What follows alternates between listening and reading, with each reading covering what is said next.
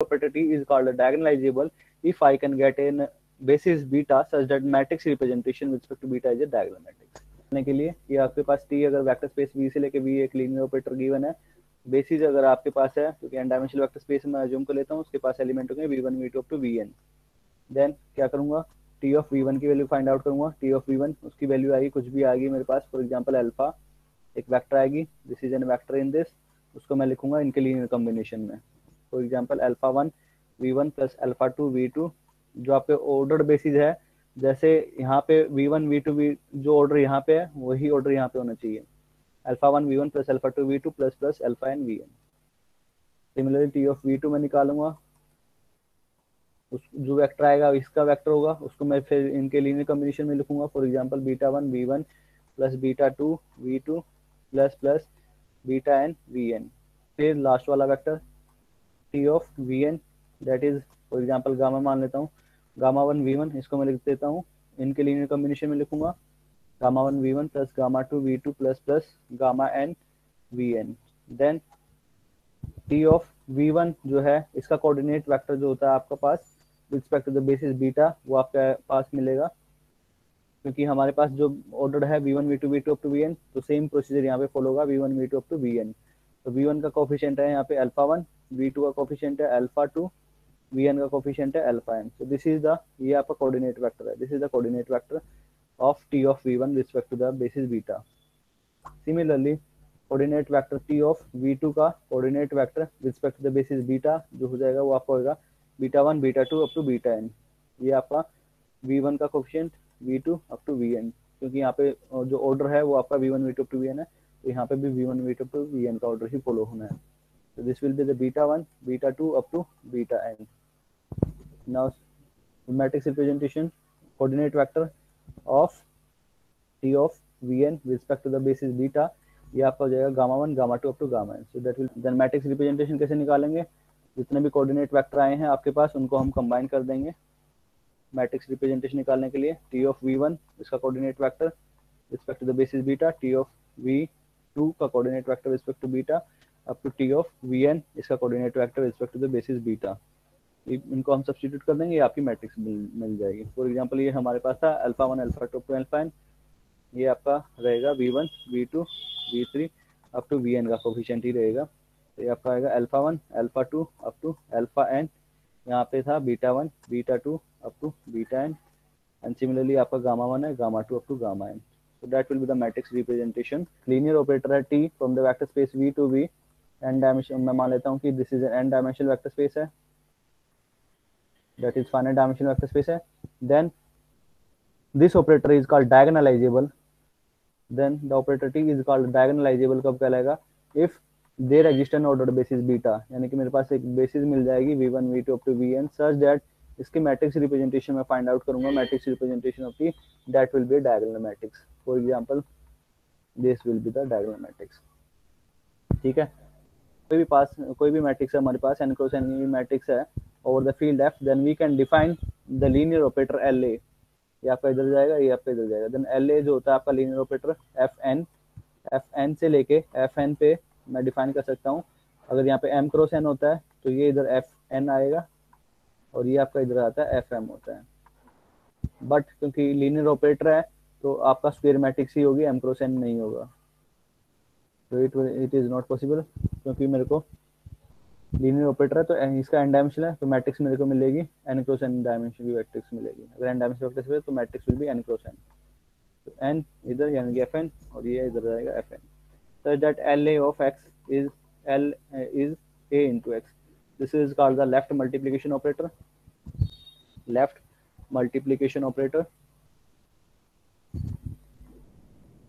and this is also linear, LA is also linear operator। The square matrix is diagonalizable if this linear operator LA is diagonalizable। Now मेरे को linear operator find out करना है जो कि diagonalizable होगा on a finite dimensional vector space V, लेकिन निकालेंगे कैसे, if show how to obtain the ordered basis, तो ordered basis हम कैसे निकालेंगे, मेन क्वेश्चन ये है, बेसिस कैसे फाइंड आउट करेंगे कि जो मैट्रिक्स रिप्रेजेंटेशन है वो मेरा डायगोनल मैट्रिक्स मिल जाए। अगर मेरे पास डी जो है एक डायगोनल मैट्रिक्स है, ठीक है, फॉर एग्जांपल डी मेरे पास एक डायगोनल मैट्रिक्स है, मैट्रिक्स रिप्रेजेंटेशन ऑफ टी ये आपके पास लीनियर ऑपरेटर है वेक्टर स्पेस वी से लेके वी पे, एंड मैंने अज्यूम कर लिया डी जो है आपके पास एक क्या है, डायगोनल मैट्रिक्स है। This is a diagonal matrix, is a diagonal matrix, diagonal matrix है। और अभी अभी मैंने डिफाइन किया था कि matrix representation of T with respect to the basis beta, वो हमने डिफाइन किया था first coordinate vector with respect to the basis beta, T of v2 का coordinate vector with respect to the basis beta up to T of vn का coordinate vector with respect to the basis beta. ये हमने define किया था alpha 1 alpha 2 up to alpha n, beta 1 beta 2 up to beta n, similarly इधर gamma 1 gamma 2 up to gamma n. ठीक है, अब ये आपके पास डायगोनल मैट्रिक्स है, यानी कि केवल मेरे को यही एलिमेंट मिलेंगे, बाकी एलिमेंट जीरो मिलेंगे। यानी कि टी ऑफ v1 अगर मैं निकालता हूँ तो वो मेरे पास क्या मिलेगा, टी ऑफ v1 में निकालता हूँ तो मेरे को क्या मिलेगा, अल्फा 1 v1, क्योंकि ये v1 का कोऑर्डिनेट है वेक्टर, तो बाकी एलिमेंट जो मिलेंगे वो मेरे को मिलेंगे zero, zero dot v3 plus zero dot vn। Similarly क्योंकि डायगोनल मैट्रिक्स है तो टी ऑफ v2 मेरे को क्या मिलेगा, यही एलिमेंट मिलेगा, बाकी जीरो मिलेंगे। तो टी ऑफ v2 जो कोऑर्डिनेट वेक्टर होगा that will be 0 dot v1 plus beta 2 v2 plus 0 dot v3 plus 0 dot vn। Similarly यहाँ पे गामा एन है तो T of vn, T of vn कितना हो जाएगा, ये सारे क्योंकि मैंने अज्यूम किया है कि ये मेरे पास डायगोनल मैट्रिक्स है, I have assume that this is a diagonal matrix, यानी कि मेरे पास केवल यही एलिमेंट है, बाकी एलिमेंट जो है जीरो है। तो टी ऑफ vn जो हो जाएगा 0 dot v1 0 dot v2 plus plus gamma time of gamma n time of V n. ठीक है, तो इसका मतलब क्या हुआ, अगर इसको मैं सिंप्लीफाई करूं तो टी ऑफ वी वन जो है हमारे पास कितना आया, alpha 1 v1, T of v2 हमारे पास कितना आया, beta 2 v2 and T of vn हमारे पास कितना है, गामा एन vn। जो can I write in this form T of x equal to lambda x, इसको अगर मैं एक्स मानूं तो ये आपका लैम्डा एक्स हो गया। तो this is same as T of we i is equal to T of we i is equal to, इसको अगर मैं लैम्डा 1 मान लेता हूँ, लैम्डा 2 मान लेता हूँ, लैम्डा एन मान लेता हूँ, तो T of we i is equal to lambda i we i for every i. ठीक है, तो टी ऑफ वी आई किसके इक्वल हो गया, lambda i we i. T एक लीनियर ऑपरेटर है on a vector space V, then a non zero vector is called an eigen vector of T if there exist a scalar exist करता है lambda such that T of equal to lambda V. Linear operator vector space V to V be a linear operator, be a linear operator, then scalar जो है आपका lambda belonging to the field is called an eigen value कहलाती है। This is called an eigen value of the linear operator T if there exist a non zero vector x such that T of x is equal to lambda x, such that T of x जो होता है वो आपके पास होता है lambda x, x आपका non zero है, तो लैम्डा जो कहलाएगी वो आपकी आइगन वैल्यू कहलाती है। This is called the eigen value, और आपका जो नॉन जीरो वेक्टर होता है वो आपका आइगन वेक्टर कहलाता है। तो मैंने अज्यूम किया था, सबसे पहले हमने अज्यूम किया था कि अगर मेरे पास डी जो है कि डायगोनल मैट्रिक्स है, टी एक लीनियर ऑपरेटर है वेक्टर स्पेस वी से लेके वी पे एंड डायमेंशनल वेक्टर स्पेस अगर मैं अज्यूम कर लेता हूँ तो मेरे को जो मैट्रिक्स मिलेगी वो एन क्रॉस एन मैट्रिक्स ही मिलेगी। मैंने अज्यूम कर लिया कि डी जो है मेरे पास एक डायगोनल मैट्रिक्स है, D is equal to diagonal matrix है, यानी कि जो मैट्रिक्स रिप्रेजेंटेशन वो डायगोनल मैट्रिक्स है, तो I can write in this form.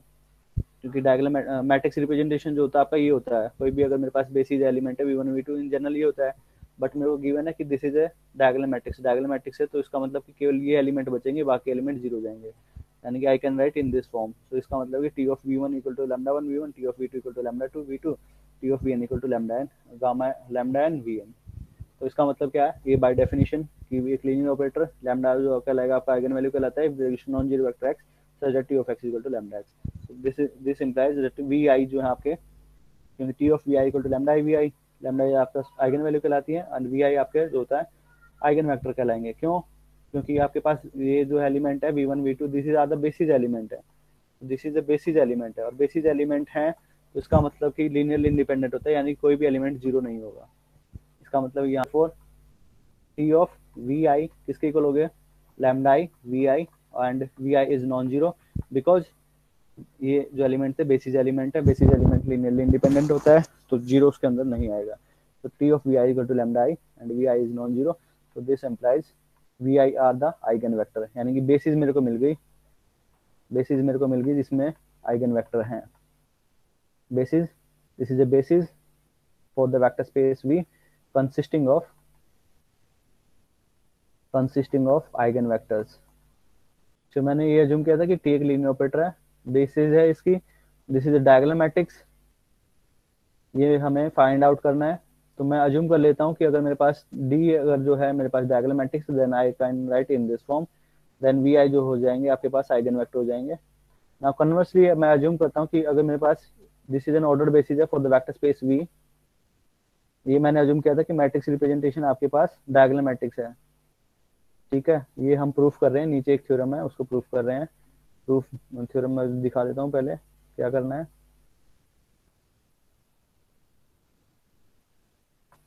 Let T be a linear operator on a finite dimension vector space V is diagonalizable if and only if there exists an ordered basis beta. एक T एक linear operator on a finite dimension vector space V, then this is diagonalizable करेगा if and only if there exists an ordered basis beta consisting of the eigenvectors of T. Furthermore, if T is diagonalizable, जो basis है आपके पास V1 V2 up to Vn, this is an ordered basis consisting of eigenvectors of T. D अगर यानी कि D जो आएगी वो आपके पास डायगोनल मैट्रिक्स मिलेगी, D is diagonal matrix and D j this is are the eigen values.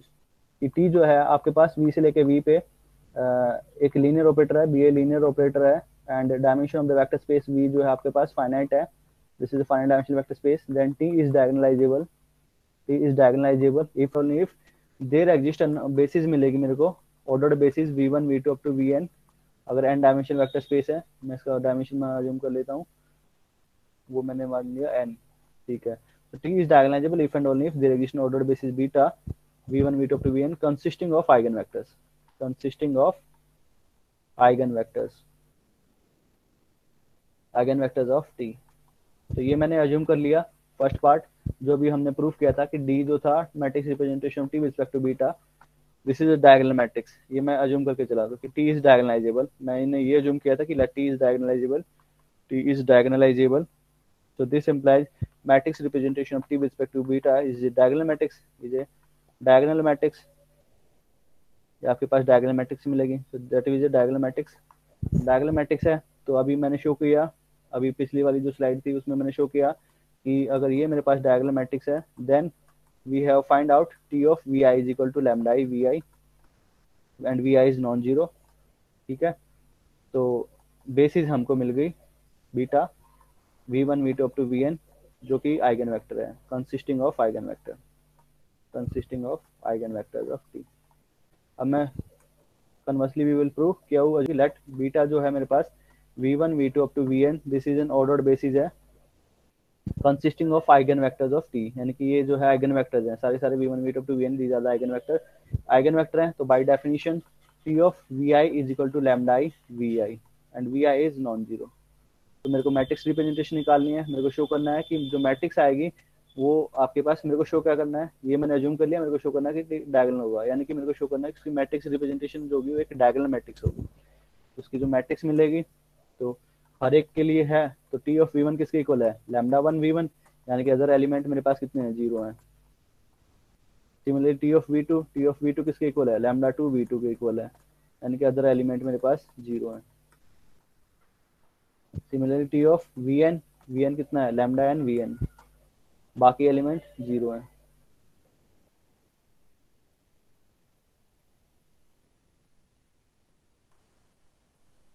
तो मैट्रिक्स रिप्रेजेंटेशन में निकालूंगा with respect to basis beta, तो आपका कोऑर्डिनेट वेक्टर आएगा, कोऑर्डिनेट वेक्टर जो होता है आपका फर्स्ट रो इधर आ जाती है,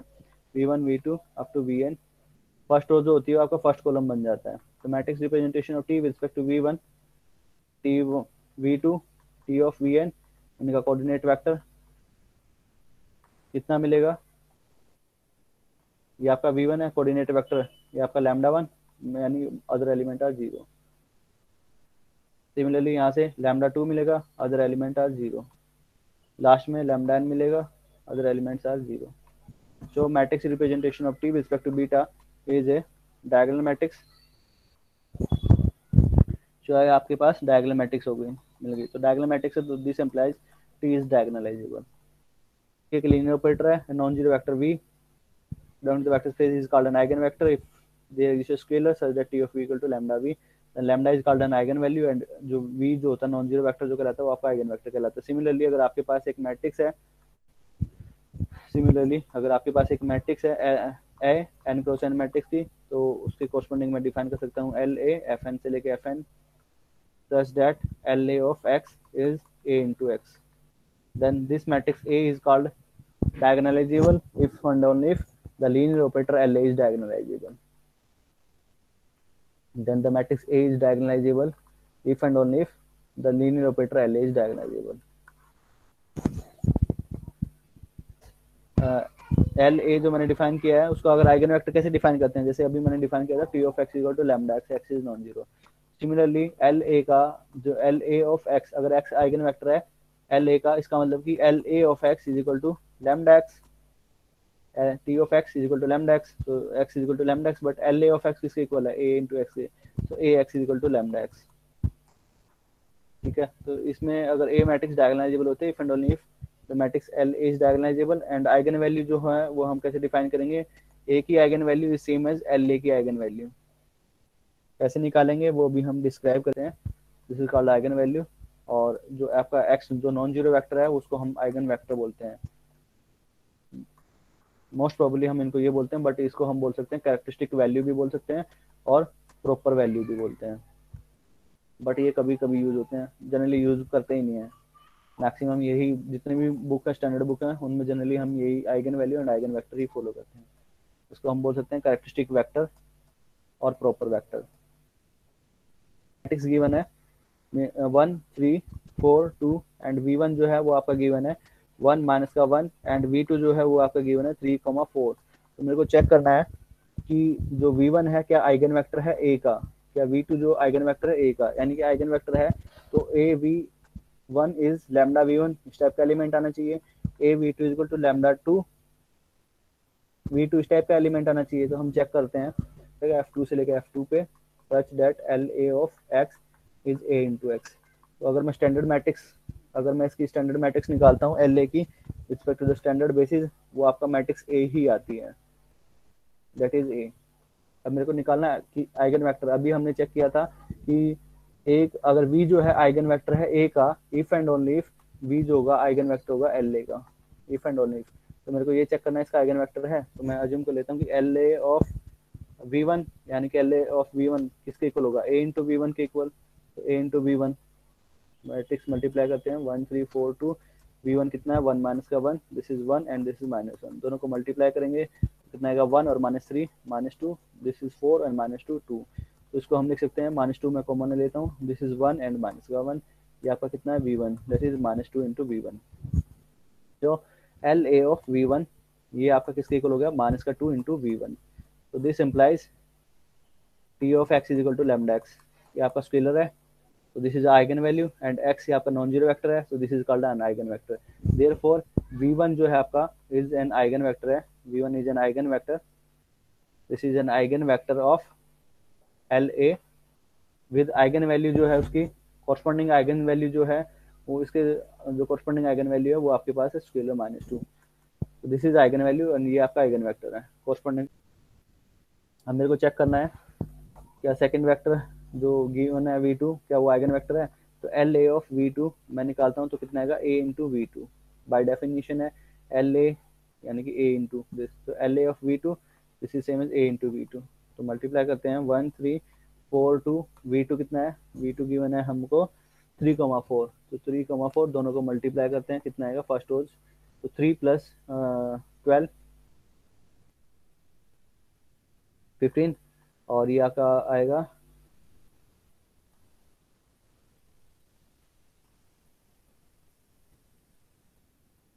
ठीक है। और मेरे को कितना चाहिए, क्या इसको मैं v2 के टाइम में लिख सकता हूँ, v2 का हमारा कितना है 3,4, यानी कि मैं 5 से अगर मैं कॉमन निकाल लेता हूँ तो कितना आएगा 3 और ये आपका आ जाएगा 4, तो ये this is same as 5 into v2। Therefore LA of v2 is 5 time of v2, this implies lambda equal to 5 is an eigenvalue, lambda equal to 5 is an eigenvalue of A with corresponding the corresponding eigenvector आपके पास है v2 3,4, तो ये आपका eigen vector है, उसके corresponding जो eigen value है वो आपकी 5 है। एक्स एक्सिस वाई एक्सिस, और मैंने एक एलिमेंट लिया था कोई भी arbitrary x, y with N angle theta या फाई एंगल ले लेते थे और इसको हम रोटेट करते हैं बाई एन एंगल थीटा। इसको अगर मैं रोटेट करता हूँ तो एंगल हो जाता है मेरा टोटल 5 प्लस थीटा एंगल हो जाता है। और ये आपका x dash y dash rotation matrix हमने डिफाइन किया था टी ऑफ एक्स वाई, और ये हमारा था कोस थीटा माइनस का sine theta and cos theta. ये लीनियर ऑपरेटर है on R2 that rotates each vector in the plane through an angle theta. Theta जो है आपका π/2 गिवन है, तो टी ऑफ एक्स जो है आपके पास वो आपका हो गया, थीटा के लिए हम पुट कर देते हैं π/2, तो ये आपका 0 0, ये -1 एंड 1 एक्स कॉमा वाई। ठीक है, और अब ये कहता है कि ये रोटेट करता है थ्रू एन एंगल π/2, देन मेरे को शो करना है कि इसके पास कोई भी आइगन वैल्यू नहीं है, आइगन वैल्यू नहीं है तो आइगन वेक्टर भी नहीं होगा, therefore T has no eigen vector and consequently no eigen values. इन्होंने जियोमेट्रिकली इंटरप्रिटेशन किया है कि हमने रोटेट किया है, हमने ये शायद मैंने लास्ट क्लास में करवाया भी था मैट्रिक्स डिफाइन करके, ये मैट्रिक्स थी और मैंने शो किया था कि जो आइगन वैल्यू जो आई थी वो आई थी कोस थीटा प्लस का आयटा साइन थीटा। और ये आपका आइगन वैल्यू क्योंकि फील्ड जो है आपका रियल है, तो रियल फील्ड है तो मेरा पास जो आइगन वैल्यू एग्जिस्ट करेंगी वो तभी एग्जिस्ट करेंगी जब कॉम्प्लेक्स पार्ट मेरा जीरो हो जाएगा, यानी कि साइन थीटा मेरा जीरो हो जाता है। और थीटा कब जीरो होता है, जब थीटा की वैल्यू मल्टीपल ऑफ एन पाई होती है, यानी कि या तो जीरो होगा या पाई होगा या 2 पाई होगा या 4, तो फिर 3 पाई। तो यानी कि अगर मेरा वेक्टर है एक्स वाई, तो इसका रोटेशन में जीरो मतलब यही रहेगा, रोटेशन विद पाई यानी कि पाई मतलब इस डायरेक्शन में आ जाएगा, एंगल चेंज हो जाएगा। फिर 2 पाई, फिर पाई से रोटेट करेंगे तो पाई का मल्टीपल यानी कि इसी लाइन में रहेगा, वो या तो इस डायरेक्शन में मूव करेगा या इस डायरेक्शन में मूव करेगा। तो this is the geometrical interpretation. ये अगर आइगन वेक्टर है, रोटेशन मैट्रिक्स है, this is the rotation matrix, तो इसके पास जो आइगन वैल्यू एग्जिस्ट करते हैं वो तभी एग्जिस्ट करेंगे जब आपके पास थीटा जीरो होता है, यानी कि theta is multiple of n pi. अब एन पाई है तो आपके पास आइगन वैल्यू जो होते हैं वो कौन कौन से आएंगे, कोस जीरो की वैल्यू कितनी होती है 1, एंड दूसरा आइगन वैल्यू आपके पास आएगा कोस पाई की वैल्यू होती है -1। क्योंकि अगर मैं इसको फिर दोबारा रिपीट करता हूँ 2 पाई पे, तो 2 pi same as cos zero, तो इसके पास केवल 2 ही आइगन वैल्यू होते हैं। टी जो ऑपरेटर है has only 2 eigen values, has only 2 eigen values, namely lambda 1 जो है आपके पास 1 होगा, लैम्डा 2 आपके पास -1 होगा। लेकिन ये कब एग्जिस्ट करेंगे, जब आपके पास 1 यानी कि 0 या 2 पाई का मल्टीपल होगा, 2 पाई 4 पाई, और ये आपके होते हैं ऑड मल्टीपल ऑफ पाई। तो पाई के रोटेशन पे ही मेरे को आइगन वैल्यू मिलेगा, अदरवाइज आइगन वैल्यू नहीं मिलेगा। और इसने बोला है जियोमेट्रिकली अगर मैं देखना चाहूँ तो मैं बोल सकता हूँ कि इसने रोटेट किया बाय एन एंगल π/2 पे, तो इसका मतलब कि थीटा अगर मैं यहाँ पे π/2 पुट करूंगा तो ये कॉम्प्लेक्स वैल्यू आ जाएगा, इसका मतलब कोई आइगन वैल्यू मेरे को नहीं मिलेगा। तो it has no eigen vector. Standard matrix है, तो matrix representation of T with respect to standard basis beta, वो आपके यही मैट्रिक्स मिलेगी, यही मिलती है। सो दैट इज ए, वो आपका होता है कोस थीटा माइनस का sine theta and cos theta. तो मैट्रिक्स रिप्रेजेंटेशन, अब आइगन वैल्यू आइगन वेक्टर ये बताएगा अभी नेक्स्ट सेक्शन में, नेक्स्ट में कि आइगन वेक्टर और आइगन वैल्यू कैसे निकालना है। तो A x is equal to lambda x होता है, लैम्डा जो कहलाता है आपके आइगन वैल्यू कहलाती है, एक्स जो होता है आपका नॉन जीरो, देन एक्स जो होता है आइगन वेक्टर कहलाता है। देन इसको मैं इधर लेके जाता हूँ, ए माइनस का lambda identity into x is equal to zero, और एक्स मेरे को नॉन जीरो चाहिए। ठीक है, क्योंकि अब सिस्टम ऑफ इक्वेशन है A x equal to zero, this is a system of equation, इसके पास ऑलवेज कंसिस्टेंट होता है, हमेशा इसका सॉल्यूशन एग्जिस्ट करता है, क्योंकि एक्स को तो मैं जीरो ले ही सकता हूँ, ए इंटू जीरो इज जीरो, हमेशा सॉल्यूशन एग्जिस्ट करेगा। बट नॉन ट्रिवियल सॉल्यूशन कब एग्जिस्ट करेगा, अगर ये इन्वर्टिबल है तो भी ए इनवर्स से मल्टीप्लाई कर दूंगा तो भी मेरे को जीरो सॉल्यूशन मिलेगा। अगर ए इन्वर्टिबल नहीं है तो मेरे पास इनफाइनाइट नंबर ऑफ सॉल्यूशन मिलते हैं।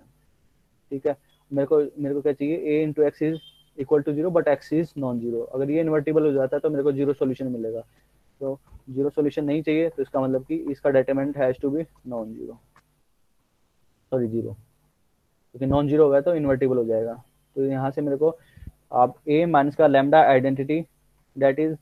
ये मैंने बताया था कैरेक्टरिस्टिक पॉलिनोमियल, हम इसको डिफाइन करते हैं, that is called the characteristic polynomial, and इसको हम इक्वल टू जीरो पुट करेंगे तो ये आपका जो रूट होंगे इस पॉलिनोमियल के वो आपके आइगन वैल्यू कहलाते हैं, वो अभी ये डिफाइन करेगा। तो these are called the eigen values. इसको हम ऐसे भी कर सकते हैं कि टी ऑफ एक्स ये हमारे पास आइगन वेक्टर है, थीटा आपके पास गिवन है π/2, then T of x comma y, इसको हम लिख सकते हैं 0 माइनस का 1 1 0 इंटू एक्स कोमा वाई। ये पॉसिबल सपोज इसके पास आइगन वेक्टर एग्जिस्ट करता है टी के पास, इसके पास मतलब आइगन वेक्टर एग्जिस्ट करता है, this implies T of x is equal to lambda x and lambda मतलब एक्स जो होगा आपका नॉन जीरो होगा, तो this implies T of x is equal to lambda x, ठीक है। सो दिस इंप्लाइज यहाँ से क्या मिलेगा, टी ऑफ एक्स, यानी कि इन दोनों को अगर मैं मल्टीप्लाई करता हूँ तो यहाँ से मिलेगा ये जीरो, ये कितना होगा माइनस का वाई, एंड इधर से मेरे को मिलेगा दिस इंटू दिस एक्स और ये zero, this is equal to यहाँ से मेरे को कितना मिलेगा लैम्डा एक्स और लैम्डा वाई, ठीक है। तो this implies lambda x plus y equal to zero and lambda y minus का x is equal to zero. तो we can write lambda x is equal to y, इन दोनों को अगर मैं कंपेयर करता हूँ तो लैम्डा एक्स किसके इक्वल है, वाई के इक्वल है, और यहाँ से मेरा एक्स जो है लैम्डा वाई के इक्वल है। तो चलो मैं इसमें सब्स्टिट्यूट कर देता हूँ इसको, तो हमारे पास लैम्डा और एक्स की वैल्यू कितनी है, lambda y, right hand side में कितना है, वाई है। तो दिस इम्प्लाइज लैम्डा का square y is equal to y, यानी कि लैम्डा का होल स्क्वायर, कहीं माइनस था ना, ऊपर माइनस है, दिस इज माइनस, ये आपका माइनस है। सो लैम्डा का whole square plus 1 into y is equal to zero, ठीक है। यहाँ तक किसी को डाउट है? अब आपका प्रोडक्ट में जीरो है, ए इंटू बी जीरो, या तो ए जीरो होगा या बी जीरो होगा, ठीक है। ये पॉसिबल सपोज वाई जीरो है, वाई जीरो हो गया तो यहाँ से एक्स जीरो हो जाएगा, इसका मतलब कि जो वेक्टर था हमारे पास, मैं तो एक्स तो नॉन जीरो अज्यूम करके चला था, ये तो एक्स जीरो है, इसका मतलब कि ये केस पॉसिबल नहीं है, इसका मतलब y equal to zero, this case is not possible, ये हमारे पास कॉन्ट्राडिक्शन आ जाएगा, क्योंकि एक्स हमारा नॉन जीरो वेक्टर था। अगर मैं वाई को अगर मैं जीरो लेके चलता हूँ, if y is zero then यहाँ से एक्स मेरा जीरो है, तो यानी कि एक्स को वाई जीरो यानी कि वेक्टर ही जीरो है, बट ये तो कॉन्ट्राडिक्शन है क्योंकि मैंने अज्यूम किया था x is non zero vector. तो इसका मतलब है दिस इम्प्लाइज लैम्डा का whole square plus 1 is zero, इसका मतलब है कि लैम्डा का whole square is equal to -1, this is not possible, ये भी पॉसिबल नहीं है आर में। तो इसका मतलब क्या है कि ना तो ये पॉसिबल है ना ये पॉसिबल है, तो we can not find any eigen value lambda, यहाँ पे आइगन वैल्यू ही नहीं मिल रहा है,